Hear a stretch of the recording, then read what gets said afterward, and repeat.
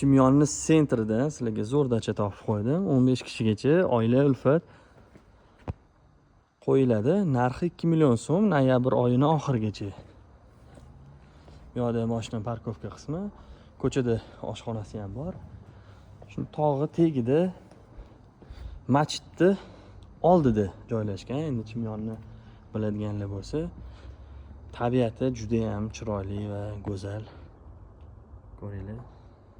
Hozir dachamizning ichkarisini sizlarga ko'rsatib o'taman. Qurish, dachamizning qurish qismi.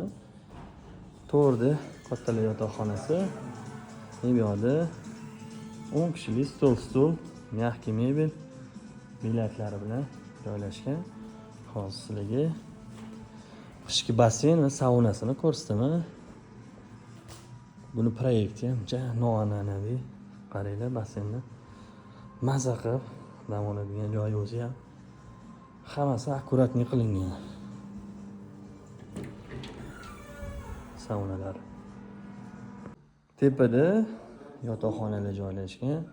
Bu dachada bemalol 15 kishi divanda yotsa bo'ladi. Xonalarini ko'ringlar, remonti o'zgacha.